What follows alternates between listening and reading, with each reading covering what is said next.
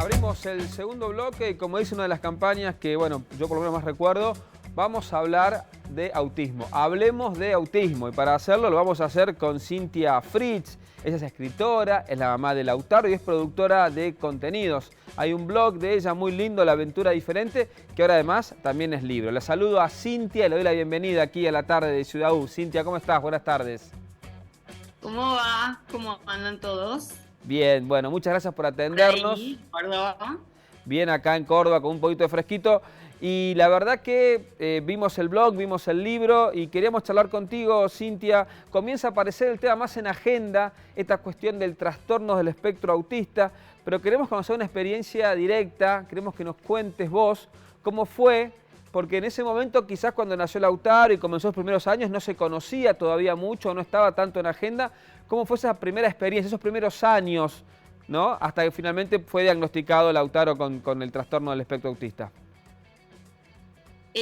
La situación con nosotros en particular empezó porque yo observaba que Lautaro no parecía cumplir con ciertas cosas que tienen que ver con el desarrollo de alguna manera esperable de un bebé. O sea, veía que no jugaba, que como que no sonreía, no exploraba la casa, bueno, un montón de cosas que en general uno ve en los chicos que lo rodean, que si yo tengo hermanos menores, los hijos de mis amigas. Y si bien yo le planteé eso al pediatra que tenía en ese momento, no le pareció como demasiado importante porque estaba como muy enfocado en más que nada en el tema, bueno, tenerlo regulado desde el lado médico, como todas las vacunas al día en este momento, ¿no? Como una cosa más Clínica, por ahí, a lo medicina mejor me dice, dura, por claro. decirlo de alguna manera, y no tanto desde lo conductual.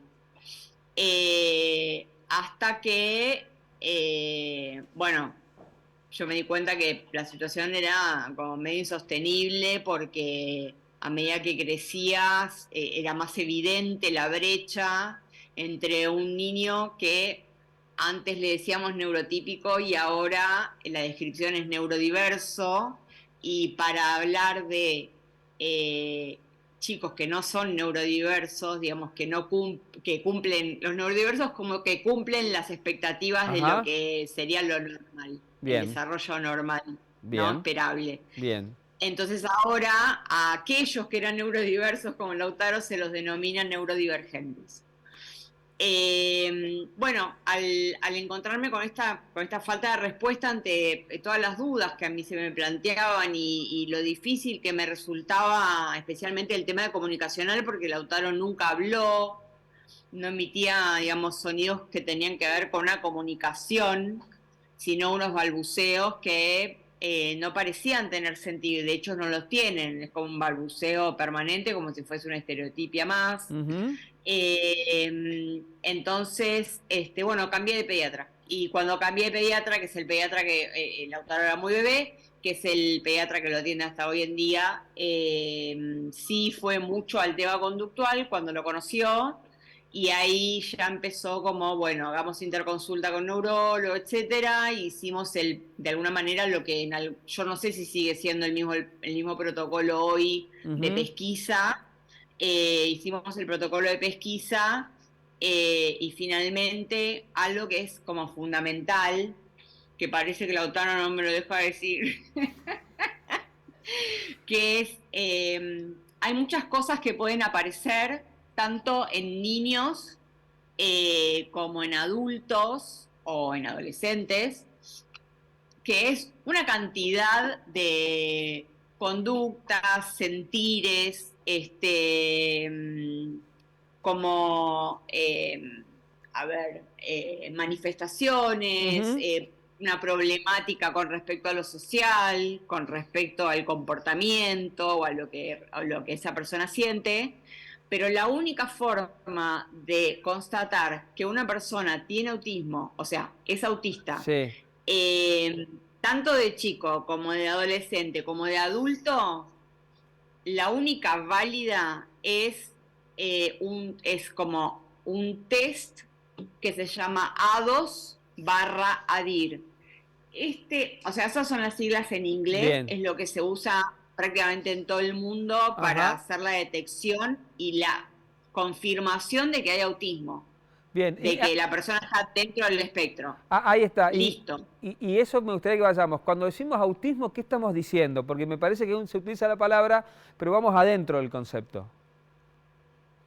Lo que pasa es que dentro del espectro, si bien hay un montón de cosas en común, como por ejemplo yo podría tener con vos en común cierto tipo de fobias Ujú. o cierto tipo de comportamientos.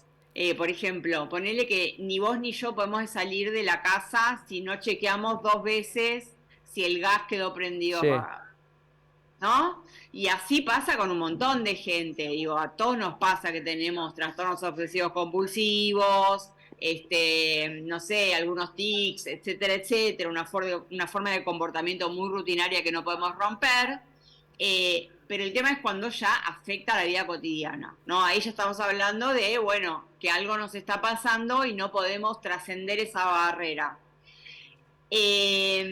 Entonces, puede haber un montón de características que tienen que ver con algo que por ahí un montón de gente no tiene y otros tenemos como más exacerbado por la vida que tuvimos, porque estamos más propensos, Ujú. y entonces, bueno, muchas veces cuando tenemos un montón de características como de alguna manera no esperables, a veces puede aparecer la sospecha, Bien. seré autista, no seré autista, etcétera, etcétera. Pero en general, si vamos a hablar de un niño o de una niña, Ujú. vamos a hacer una separación, que yo te voy a explicar después por qué sucede esta separación, es que resulta que, lo voy a decir como lo dice una mamá, Sí. digamos, si no lo diría un neurólogo. Pero la cuestión es que en los varones se nota más, es como más evidente el retraso madurativo, la incapacidad de comprender como el mundo que lo rodea, comunicarse con él, digamos, Ujú. con todo lo que significa, digamos, tanto sus vínculos como la forma de relacionarse con los objetos, con las situaciones sociales, etcétera. Y entonces esa es una señal de alarma, digamos. Cuando son muy chiquitos, que presenten situaciones como que parece que no tuvieran imaginación o que no supieran usar los objetos o los juguetes de manera apropiada. Ujú. Bueno, que tengan como ciertas limitaciones que hacen ruido. Bien. Eh, y entonces ahí, bueno, vale, y siempre digo, si el pediatra que está atendiendo a alguno de tus hijos o a tu hijo, sentís que ante tu sospecha, que es absolutamente válida porque las personas que convivimos somos las que más nos conocemos, Claro. no importa si es una familia, digamos, tipo mamá, papá, hijos, o abuela y chico, no, digamos, no importa. Estamos hablando de un sistema relacional permanente. Entonces, si alguien siente o tiene la duda de que hay algo que no está cerrando, eh, para mí yo soy muy bueno, cuando veo que no hay respuestas ante una duda muy fuerte o muy evidente, para mí hay que saltear, ¿no? O sea, hay que puentear. Entonces, para mí una visita al neurólogo me parece como me parece acertada y que el neurólogo después decida si sigue por otro camino, Ujú. si pide otra interconsulta, etcétera. Pero para mí, si el pediatra, o en el caso de que esté en un nivel inicial, digamos, del colegio, no de alguna manera escuchan lo que los padres tienen para decir, me parece que hay que saltearlos. Cintia, la verdad que me quedaría hablando contigo toda la tarde, que espero que podamos repetir porque seguramente nos vas a poder contar muchas cosas más que tienen que ver que a partir del diagnóstico también cómo ha seguido, pero que la gente busque, está el blog, porque yo pude entrar al blog ahí a ver una aventura diferente. Podemos entrar y seguir viendo ahí experiencias de tu vida y buscar el libro también, ¿verdad? Sí, el blog quedó como cerrado en el momento y no tiene tanta información ya porque, digamos, una vez que hice el libro, fui tomando cosas, digamos, posteos para poder, digamos, Claro. completar el libro y armarlo. Entonces el blog está medio en desuso y el autor me está dando besos. Entonces, digamos, los dos libros, tanto La aventura diferente que salió hace 3 años, como el libro que escribimos con Daniel Valdés, que se llama Autismos, digamos, son los lugares en donde, bueno, empecé a seguir contando mi vida y como cambié de plataforma, de alguna Y manera. está Pasé muy de la bien. plataforma escrita en la web a la plataforma escrita en libro.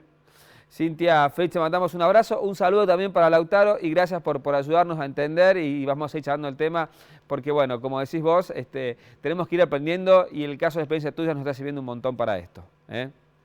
Bueno, muchísimas gracias, Miguel. Un abrazo, un abrazo. Cintia Fritz, hoy hablamos de autismo, del trastorno del espectro autista. Vamos con un random y seguimos con más Ciudad.